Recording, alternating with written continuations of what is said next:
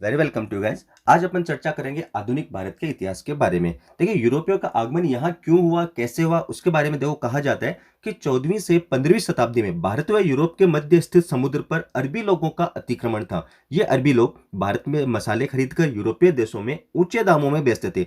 इन अरबी लोगों के बिचौलिएपन को समाप्त करने के लिए यूरोप के पोप ने एक आदेश जारी कर यूरोप के दो देश पुर्तगाल व स्पेन को भारत के साथ जलीय मार्ग खोजने का आदेश दिया और इस आदेश को पापल बुल कहा गया। सर्वप्रथम स्पेन का नाविक कोलंबस ने अपनी यात्रा स्टार्ट की। वह जल में भटक गया और एक द्वीप पर पहुंचा जिसका नाम इंडीज बताया। कालांतर में यही इंडीज वेस्ट इंडीज के नाम से प्रसिद्ध हुआ। इस प्रकार 1494 ईस्वी में अमेरिका की खोज हुई। वास्को डी गामा पुर्तगाली नाविक था जो कि 1497 में अफ्रीका महाद्वीप के चक्कर लगाते हुए 90 दिन की यात्रा के बाद आसा अंतरिक्ष द्वीप, जिसे कैप ऑफ गुड होप कहा गया, वहां पर पहुंचा। यहां उसे एक गुजराती मछुआरा यात्री अब्दुल मनिक मिला। इसी की सहायता से वह 20 मई 1498 को कालीकट बंदरगाह पहुंचा। कालीकट का हिंदू शासक जमोरिन था जिसने वास्को डी गामा का स्वागत किया तथा वापस जाते वक्त उसे 4 जहाज मसालों के उपहार स्वरूप दिए, जिससे उसने यूरोप में जाकर 50 गुना मुनाफे के साथ बेचा।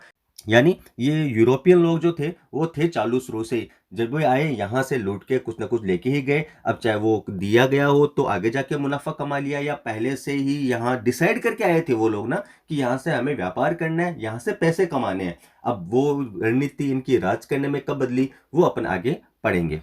पुर्तगालियों ने अपनी व्यापारिक कोठी 1503 ईस्वी में कोचीन में स्थापित की। वास्को डी गामा कुल 3 बार भारत आया, पहले 1498 ईस्वी में, फिर 1502 ईस्वी में व अंतिम बार 1524 ईस्वी में। पुर्तगाली वायसराय के रूप में यह भारत आया था और इसी दौरान इसकी मृत्यु कोचीन में हुई। यानी अंतिम बार 1524 ईस्वी में जब यह आया तो यह पुर्तगाली वायसराय के रूप में आया था और इसी दौरान इसकी मृत्यु कोचीन में हो गई थी। पुर्तगालियों का प्रथम वायसराय फ्रांसिस्को द अल्मोड़ा था जिसने ब्लू वाटर पॉलिसी यानी शांत जल नीति अपनाई थी। पुर्तगाली, फिर उसके बाद में डच, उसके बाद में अंग्रेज, उसके बाद में डेनिश, फिर फ्रांसीसी। ये यूरोपियों का क्रम है जो भारत में आए थे। सबसे पहले पुर्तगाली आए, फिर डच आए, फिर अंग्रेज आए, फिर डेनिश आए और फिर फ्रांसीसी आए। याद रखिएगा ये क्रम बहुत इंपॉर्टेंट है भाई। अब यहाँ इंपॉर्टेंट चीज क्या आती है इसको देख के कि सबसे पहले पुर्तगाली भारत आए और सबसे अंत में गए, जबकि सबसे अंत में फ्रांसीसी आए लेकिन सबसे पहले गए। यानी जो सबसे पहले आया वो सबसे लास्ट में गया, यानी पहले आओ बाद में जाओ, और जो सबसे बाद में आया वो सबसे पहले भागा। कंपटीशन में भी ये होता है, जो लोग सबसे पहले कूद जाते हैं, प्रिपरेशन ढंग से नहीं करते हैं, वो लोग अंत तक करते ही रहते हैं, और जो बाद में आते हैं उनको पता होता है कि किसने क्या करा, वो जल्दी से तैयारी करके निकल जाते हैं और सिलेक्शन ले जाते हैं। इसलिए आपको भी बाद में आके जल्दी से निकलना है, जिंदगी में नहीं, आपकी कॉम्पिटिशन एग्जाम्स के रिजल्ट्स में। इसके बाद इंपॉर्टेंट चीज क्या आती है कि अंग्रेज डचों से पूर्व भारत में आए, परंतु व्यापारिक कंपनी की स्थापना डचों के बाद में हुई। यानी अंग्रेज आ तो पहले गए थे लेकिन व्यापार करने के लिए यहाँ पे जो राजा थे उनके साथ संबंध नहीं बना पाए थे। उसके पीछे क्या कारण रहे यह भी आपके इसी इतिहास में आ जाएंगे भाई।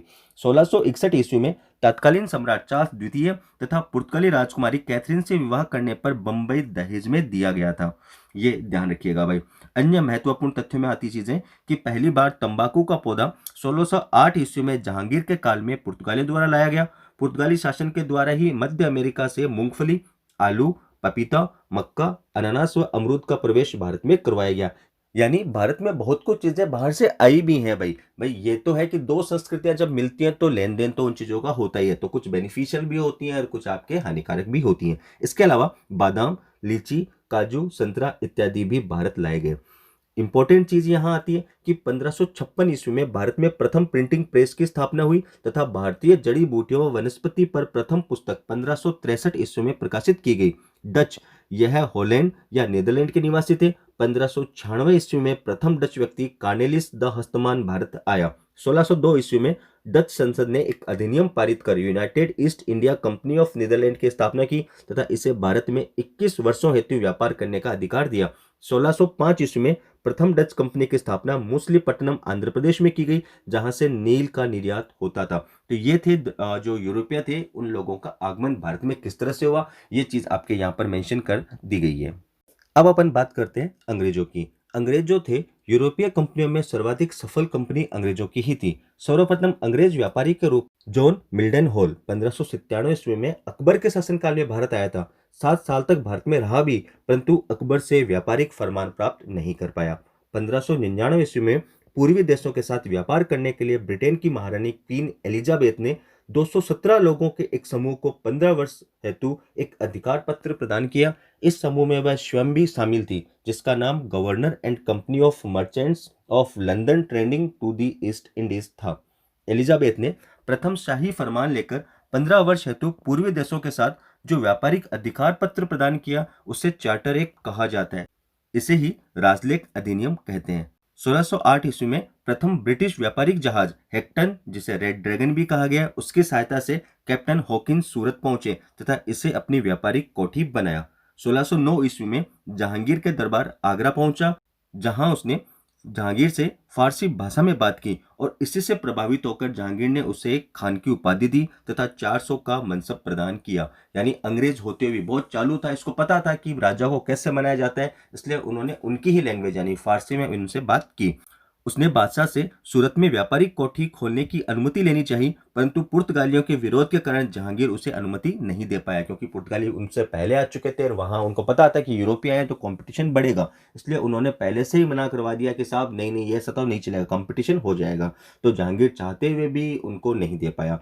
1613 ईस्वी में हॉकिंस के चले जाने के बाद जहांगीर ने एक फरमान जारी कर सूरत की कोठी को वैधानिकता प्रदान कर दी। अंग्रेजों की प्रथम वैधानिक फैक्ट्री 1611 ईस्वी में मूसलीपट्टनम में स्थापित की गई। 1915 ईस्वी में जेम्स प्रथम के राजदूत के रूप में कंपनी की ओर से sir Thomas Roe Smith Bharat आया। बहुत चालू आदमी था भाई, इसने यहाँ बहुत जोड़ तोड़ की सरकार बनाई है। जनवरी 1616 ईस्वी में वह जहांगीर से अजमेर के मैगजीन के किले में मिला और व्यापारिक फरमान प्राप्त करने में सफल रहा। वह भारत में 3 साल तक रहा। वह 1619 ईस्वी में पुनः इंग्लैंड चला गया।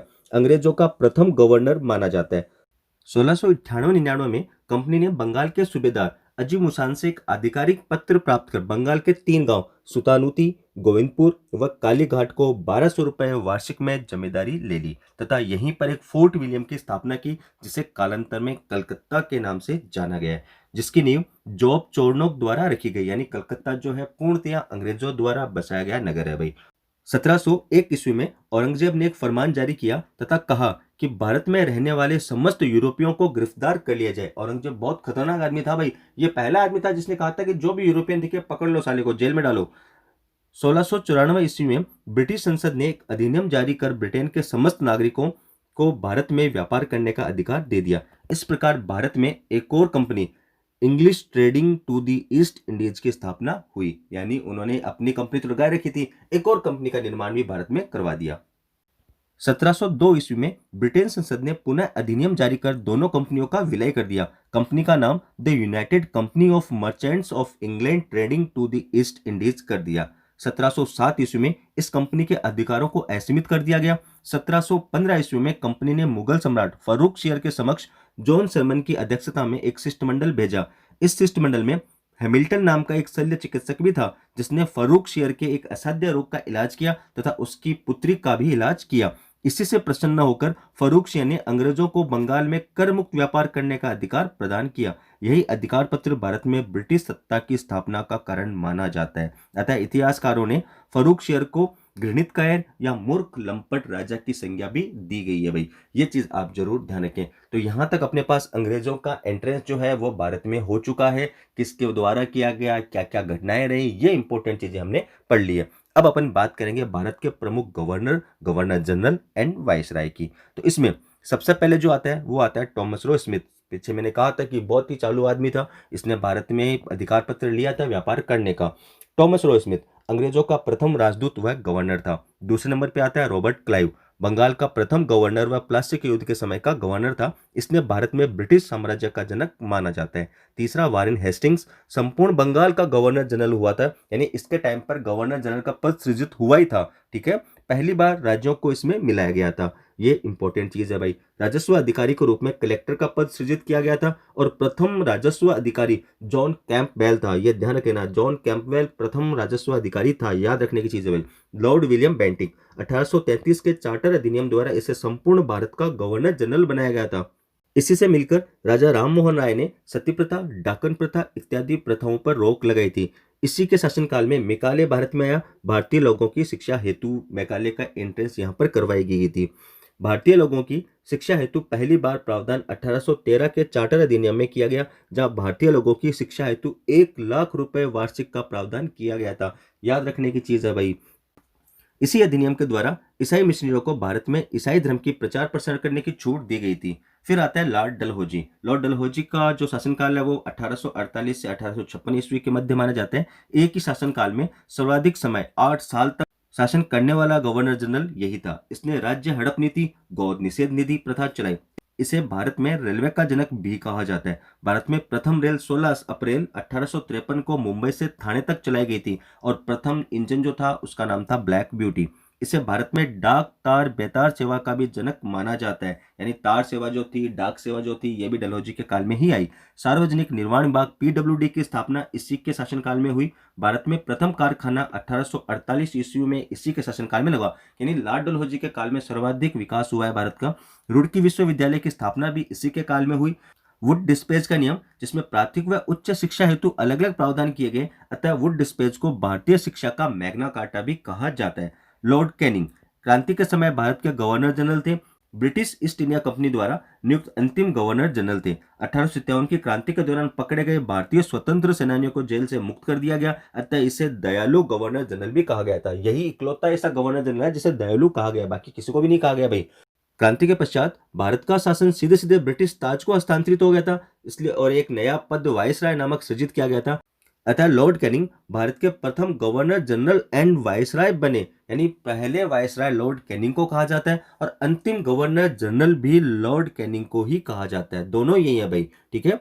अन्य गवर्नर जनरल में आता है लॉर्ड मेयो। मेयो कॉलेज की अजमेर में स्थापना करवाई इन्होंने। आधुनिक भारत में पहली बार जनगणना 1872 में इसी के काल में हुई, लेकिन ये पूर्णतः व्यवस्थित रूप से नहीं थी भाई।